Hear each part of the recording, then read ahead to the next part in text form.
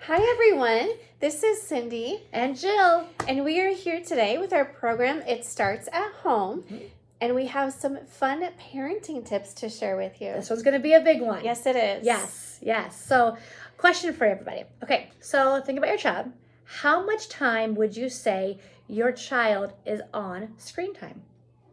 And another question with that is, what do you consider being screen time? Oh, there's lots of choices there. Lots of choices. A lot of people think just your iPad. But screen time is the iPad, it is your TV, it is the computer, handheld video game devices, virtual reality, all that stuff, that is screen time. And it's actually TV in the car, and it's TV in the family room or TV in the bedroom. All of it counts together. And mom's phone and dad's phone, and now kids are having cell phones at a much younger age. Yes. All of that is screen time.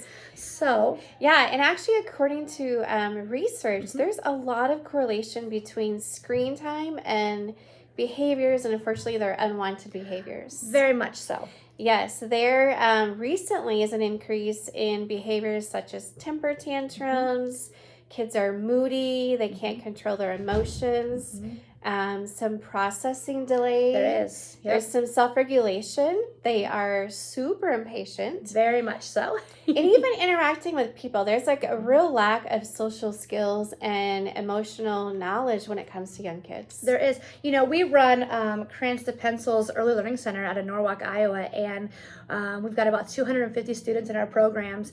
We have found that over the past 10 years, children are coming in further behind with their ability to like the pencil grip and fine motor skills because they aren't doing that stuff anymore, like crayons and markers and things like that. And and it's kind of right at the core for us because the critical brain development, do you know what the actual ages are? What is it?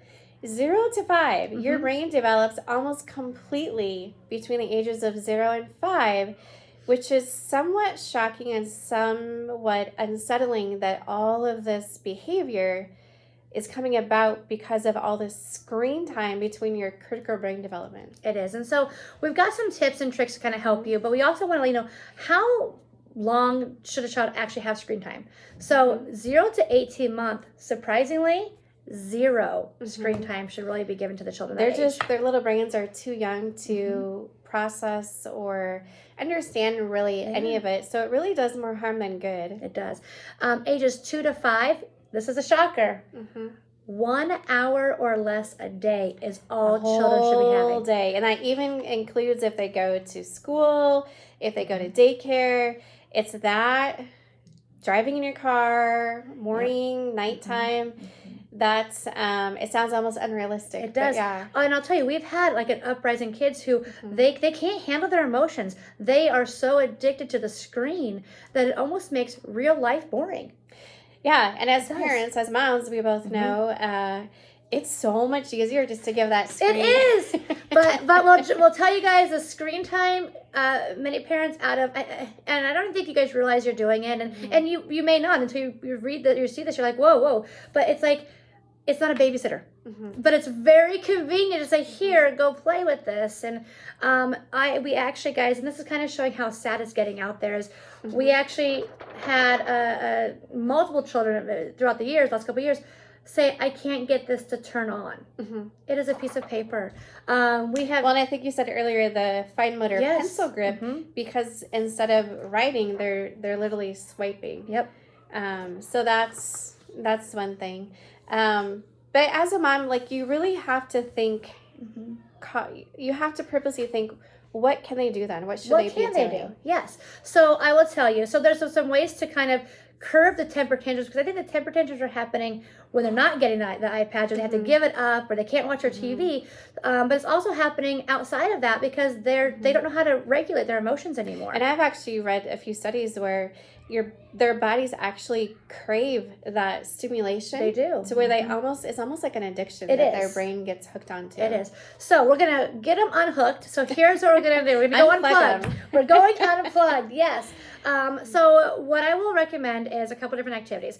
One is you guys should have crayons and pencils at home. And it could be as simple as, maybe they've got to write their name and they got to draw you a picture. And for every picture they draw, they get 5 minutes. Like my kids, I have 6 of my own.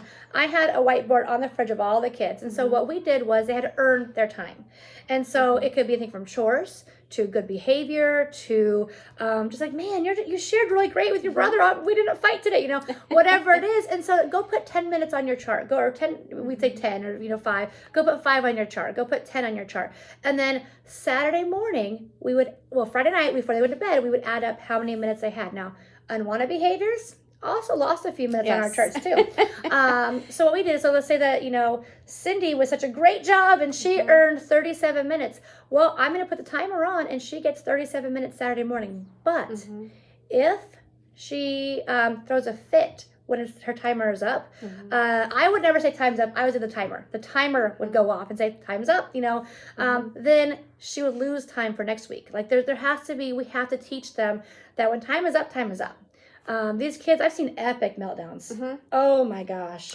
Yeah, and for my kids, especially on the weekends, it seems, or towards that evening time frame, we always had a routine, or we had, for a while, I think for myself, I had to write it out, like what we were going to do. But, it was 2 have-tos and then a choice. So maybe they have to color a picture. They have to do Play-Doh for 15 minutes, and then they can do a little bit of screen time. But they have to have some choices, and it's not an easy switch. Like, it's not like they're going to smoothly go into it, but I promise at the end it's worth it, and they can do it. There's one other big thing I want to talk about really quick. Screen time. We've also heard the number of children who have a TV in their bedroom. Oh, yeah. That is huge. I don't even have a TV in my bedroom. My kids, our house, so you have to be a teenager before you even consider a TV in your bedroom. Because for one, these kids who fall asleep watching TV at nighttime, they're not getting a good night's sleep. Their brain actually cannot shut off. They should have no screen time at least an hour before they're going to bed. Because you're basically stimulating their concentration in their mind and then expecting them to instantly go to sleep. And that's really not possible. It doesn't work that way. No. So really no screen time before an hour before they go to bed if they're doing it in the weeknights. No TV in their bedrooms. You're like, my child only falls asleep with the TV on. I promise you. We have bedtime techniques we'll have in one of our series, but they will. And they will actually fall asleep way faster. But a couple of really quick replacements. My kids have like the white noise in the background, so it's not completely quiet. Or we can show it next time, but I know you can get like bedtime lamps or something that portray images on the ceiling just to kind of like have a natural transition from like no TV to something. And there's going to be resistance, guys, but remember, you're the parent. You are the parent, and it is okay. And you know what? If your child is mad at you or says they hate you, you're doing a good job, okay? We're not out to be their friend. We're here to help them be successful in life. And again, we have a lot more to talk about on this topic, but we just wanted to get that out there and really have you be aware of how much time they're on it. It's hard, but unfortunately, it's doing more harm than good at this point to continue to let your child, especially those little ones, and that's continue with it. That's what some people say. Oh, they're little, they're going to outgrow it. But I'll tell you, these temper tantrums, because they're not getting their iPad, they don't go away, guys. They just turn into bigger problems as they get older. And the kids are young enough that they don't have the understanding to say to themselves, hey, I'm going to take a break. I'm going to go color for a little bit. So the adult has to do that for them. You have to. You've got to step in, and it's kind of, we got a parent, Yeah. But other than that, guys, we just wanted to share this out there with you. Feel free to ask questions, but go unplugged. Go unplugged. All right. Bye. Bye.